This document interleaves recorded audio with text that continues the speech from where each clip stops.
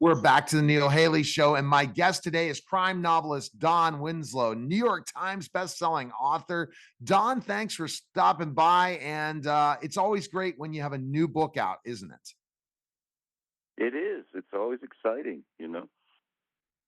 It's another baby, right? Another baby's birth.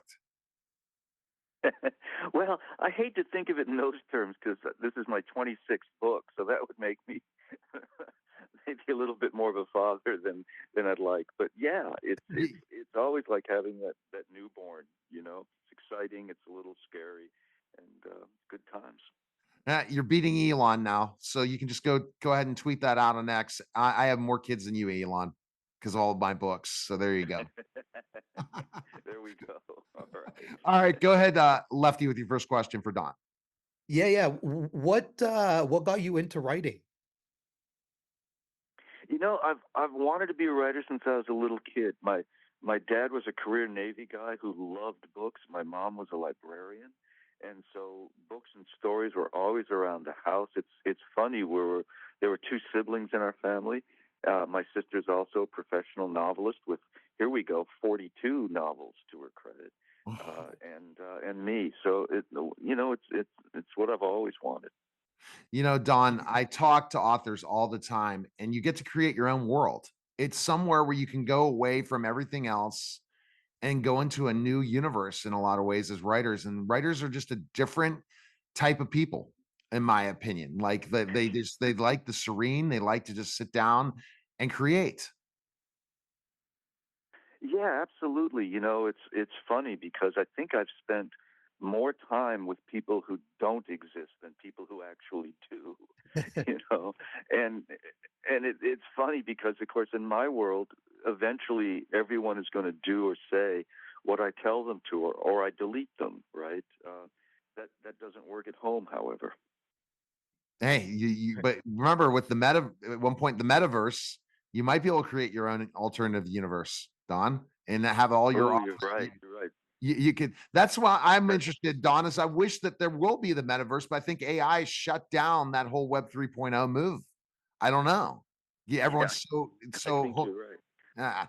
Because it's the coolest thing. Wouldn't it be cool? You could create a universe of just all your author fans, all the fans of your books, and then you could just interact with them all the time in another universe, and then you would just be like the leader of this thing. All right, go ahead, Lefty. Another question. Of a cult. Yeah, of a cult, pretty So much. now I'm the father. Now I'm the father of 26 kids, and I have a cult. Man, this is getting bad here this morning. I don't know. That's funny. But you know, listen, I've been out on tour now for a couple of weeks, and so I really have been interacting with my fans, which is great. You know, it's fun to do. That's what I always, when I cover the Miami Book Fair, Don, and when they talk about when they go as Yeah. authors to do those book signings and those, it's just so powerful as a writer because you don't get the feedback. And same thing as a podcaster, you don't get the feedback unless you go to an event, you go to a specific thing, compared to if you're a performer with an audience right there, the feedback. And when you get to talk to your fans, say, "You're reading my books, really?"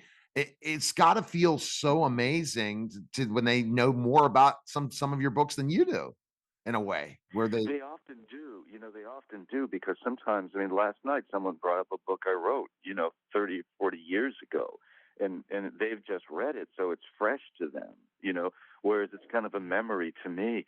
But the other thing is, every good material thing I own in life, I owe to those readers. Yeah. And Yeah. so it's really great to be able to go out there and say thank you. absolutely. All right, good, Lefty. Another question. Yeah. How excited were you when you became a New York bestseller?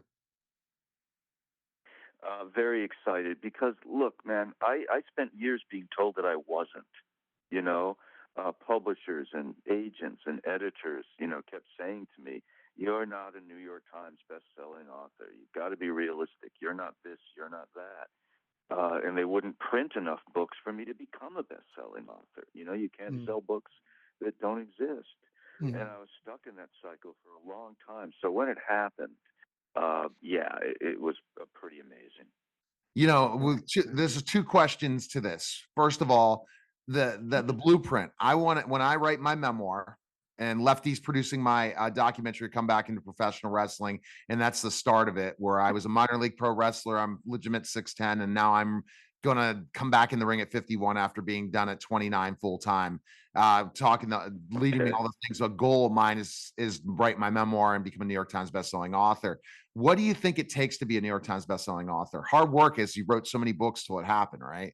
Also, right place, right time, and just take off exactly at the right time. Yeah, right place, right time is critical, and there's very little we can do to control that. Right? There's an element of luck to that, where you just hit a cultural moment that matches what you're doing, and boom. My first bestseller was about the Mexican drug cartels. It came out one day, and Chapo Guzman escaped from prison the next. Wow. People actually accused my agent of arranging that escape. But it takes a lot of planning. I think on the business end, which I'm not all that involved in, it takes a lot of marketing skill, a lot of resources, to launch a book. It's a little easier now in the age of social media, but yeah, boy, a whole bunch of strings have to be pulled together to make that happen, and some of them are just out of our control. But you kept writing, and you showed us that, and now again, one of your books is going to be hopefully made into a movie. You got to feel great at these types of things happening, right? Where you're having these Oh conversations. yeah, absolutely. Yeah, listen, man, I've been so lucky and so blessed, and I'm so grateful for it. And what I always try to tell aspiring writers is never give up. Never give up. I was a quote overnight success, close quote, in my 50s. So never give up on that dream. And you can make it happen. But yeah, all that stuff, sure, it's very satisfying. It feels great. All right, go ahead, Lefty, with the next question. Yeah. Tell us about your latest novel, City in Ruins. City in Ruins is the culmination of a trilogy, so the third in a series, about a guy named Danny Ryan who starts off life as a longshoreman in Rhode Island and gets hooked up with the Irish mob through marriage. The next time we see him in the second book, he's a fugitive wandering the country trying to find a place to put his feet for himself and his little son. He ends up in Hollywood. And then in this book, third book, we meet him, and he's a multimillionaire casino owner in Las Vegas. See, that's so cool, because when you get to see this process of characters developing, it's like a series. And the people who read these books, man, as you said, they know more about the characters, know more about things, because they live for reading your next book. So I'm sure your fans, when you're doing all these signings, you're like, I'm so glad this third book's out. I was waiting for it, right? Yeah, they want to know what happens to Danny. I'd be out sometimes, and people will approach me, but people I don't know, and say, "Oh, I just read the second book. What happens to Danny?" I say, "Well, you have to wait for the book to come out. If you really want me to tell you, I will, but you probably enjoy it more if you read the book." Oh yeah, we can't give those away. That's the hardest part of doing interviews, right? You don't want to give away, and so many authors give away their book. That's not a good thing either in interviews, right? You just want to give them a taste and really get to know who you are as a person.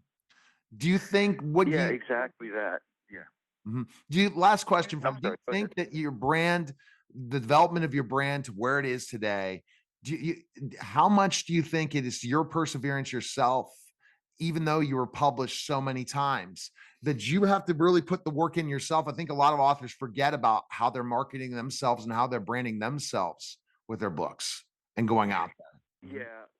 Listen, it's a job, right? Now, having said that, it's the job I've always wanted, and I'm grateful to have it. But I need to treat it like a job and with some respect, And so, I start work at 5:30 in the morning, and I quit at 5:30 in the evening, and that's a 5-day a week thing. And then when I'm promoting the book, I take that very seriously. I'm out every night in public, and if people are going to spend their time and their money to come see me, I want to make sure that they have a really great evening of it, and I work pretty hard at it.